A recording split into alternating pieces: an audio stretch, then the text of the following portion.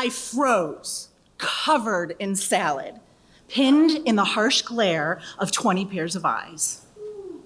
I did the only thing I could, considering that my lunch and I had just walked into a plate glass wall in front of all my new workmates. I took a deep breath and announced, "Ouch, that was embarrassing."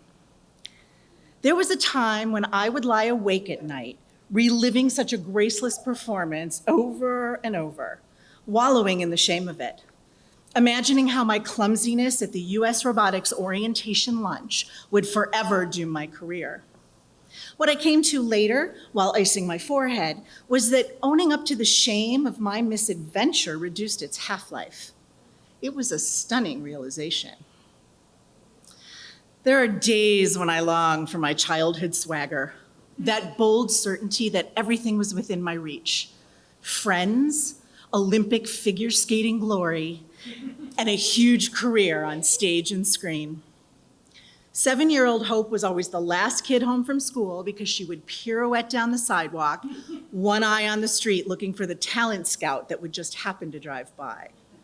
She belted Disney tunes as she flew back and forth on her swing set, convinced that a Hollywood agent would hear her and follow her astonishing voice into the backyard where he would cast her in his next big blockbuster. We moved from that house when I was 10, before that agent found me, but I wasn't deterred, not even when I turned 12 and I realized that I was too tall, too tan, and too well endowed to play Annie. Childhood Hope was powerful, talented, and blessed with the unshakable belief that everybody thought she was cool. She was, according to my old report cards, bright, articulate, a natural-born leader, and more interested in what goes on at her neighbor's table than her own. There was no question that everyone wanted to be her friend. But as I grew from that brash self-confidence into gawky, cringing adolescence, I came to believe that the way others saw me was my truth. They got to decide who I was. They determined whether or not I was acceptable. Letting other people see the real me, opening up my flaws and my faults to inspection was too risky. I became an expert at facade, a queen of self-deprecation.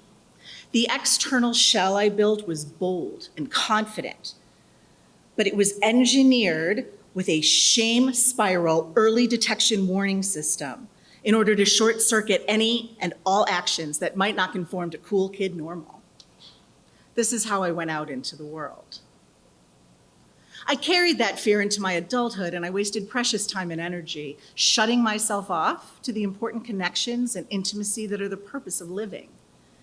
Friendships and relationships were built on an ersatz foundation of fictional perfection rather than the lovely, messy, real me. And then the universe bitch slapped me across the face. I was diagnosed with cancer. I went bald, got fat, and had a limited amount of energy to spend maintaining the ultimate external persona. I simply didn't have much time for the shame. I had no choice but to embrace the cracks in the veneer, realizing that while cancer can kill you, shame can't. Each bit of icky that reached the surface of Hope made me stronger and more whole. This too was a stunning realization. As I emerged from my cancer haze, I, like many other survivors, was determined to live differently, full out, opening up my flaws and faults to the light and air so I could watch them wither away. But the road to self-acceptance is long, and I continue to travel its twists and turns daily. So, I would like to share some things with you that I've been keeping to myself to further my way down that path. In my house, there is no such thing as eating only half of a frozen pizza. I was a cheerleader in high school. I cheered for a girls' team. I rarely have people over because I'm not tidy. It honestly doesn't bother me until I imagine seeing it through someone else's eyes, and then I am horrified.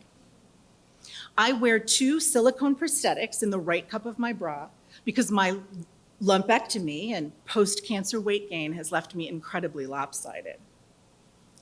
My ratio of being dumped to doing the dumping is approximately 3-to-1. That ratio was so high because when I was younger, I thought if I ended a relationship, I would never find another one.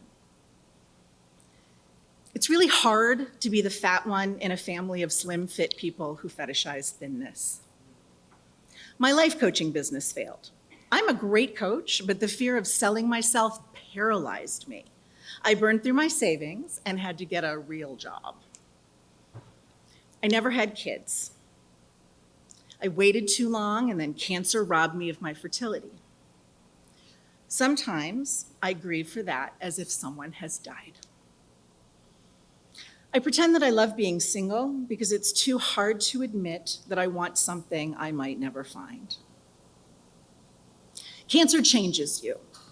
I would not wish the experience of suffering through treatment while staring into the eyes of your own mortality on anyone.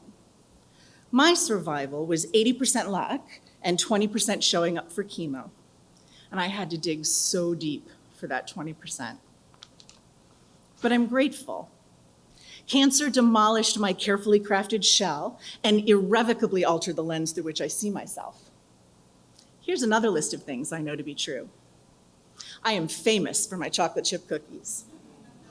I have yet to be faced with a problem I cannot solve or a challenge I cannot overcome, and I handle most of them with humor and grace. I am proud to have reconnected with 7-year-old Hope. She and I sing in recitals and cabaret shows on the regular. I am a Reiki master, a palm reader, and a cat whisperer. I am inching closer to shamanism every day. I find joy in making other people laugh. I consider this to be one of my best life skills. This pandemic, just like cancer, picked the wrong bitch to mess with.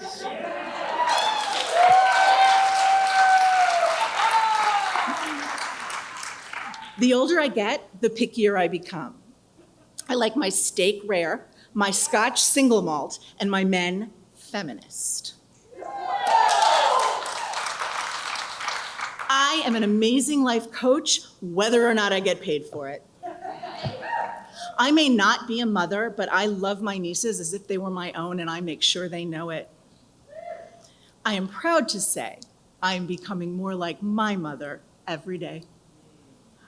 And they may not be the same size anymore, but they are spectacular.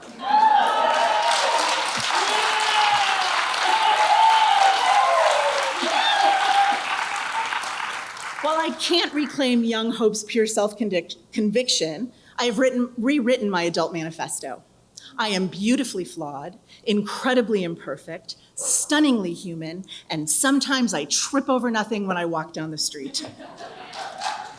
I smile with spinach in my teeth, smash into plate glass walls 5 times now and counting, and sometimes I fart when I sneeze.